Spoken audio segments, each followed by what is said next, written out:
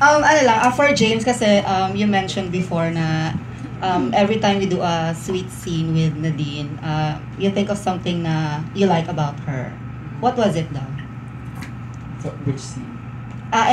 Kapag nag-sweet scene kayo, kapag mga ganyan kilig-kilig, di ba you mentioned na you think of something na you like about her? Yeah, usually it's her eyes. It's Because you always see the emotion in the eyes first, but that's what I always look for.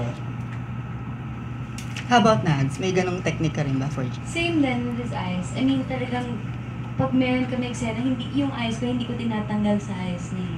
Talagang doon lang ako nakatingin. Kaya minsan parang duling. Parang nakaganon siya. Oo, kasi di ba sa film kasi pagka sa camera, pagka nakatingin sila sa isa't isa, kung magtitigan sila, pagka pinapatitigan ko sila, yung talagang titig na titig. Minsan yung angulo ng camera, talagang nakaganon na silang dalawa. Parang duling. So sinasabi sa kanya, pwedeng huwag masyadong magtitigan sa mata. Pwedeng dito lang. Dayain na lang natin. Kasi iba yung camera angle pagka nakikita natin. Yun yung mga camera tricks na tinatawag sa filmmaking na yung POV iba. So, dahil nga sa sobrang sweet nila at sa sobrang titigan ng titig na titig, naduduling. So, inaawat ko minsan. Naawat naman. Oo, pero bumabalik.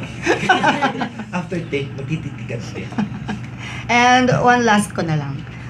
If you're a couple, for example, AJ and Shai can also answer. Ano yung gusto niyo parang tears?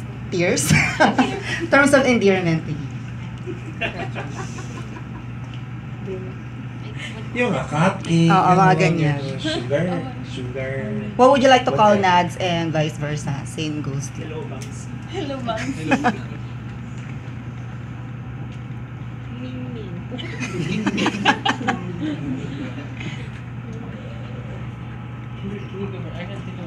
Sila muna.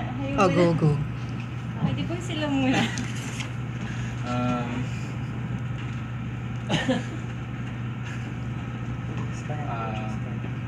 Hala, awkward, oh. Okay.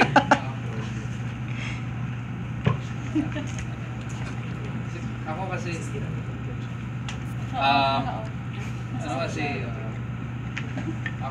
siguro, common lang pero may meaning kasi sa akin.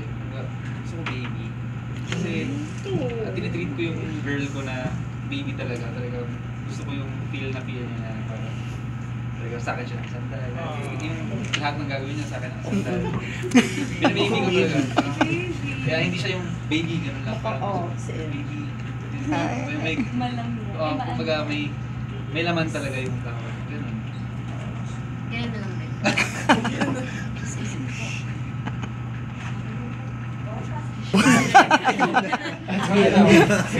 Sasagot.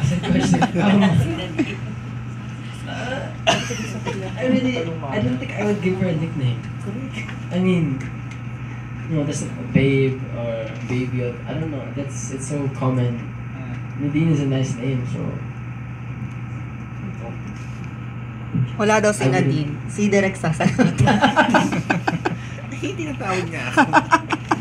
Ulo. My name is Ben from Manila Tapos. My question for James Lovers and with Nadine. JD. What do you think is the parang ultimate secret or yung key factor why your tandem is very successful?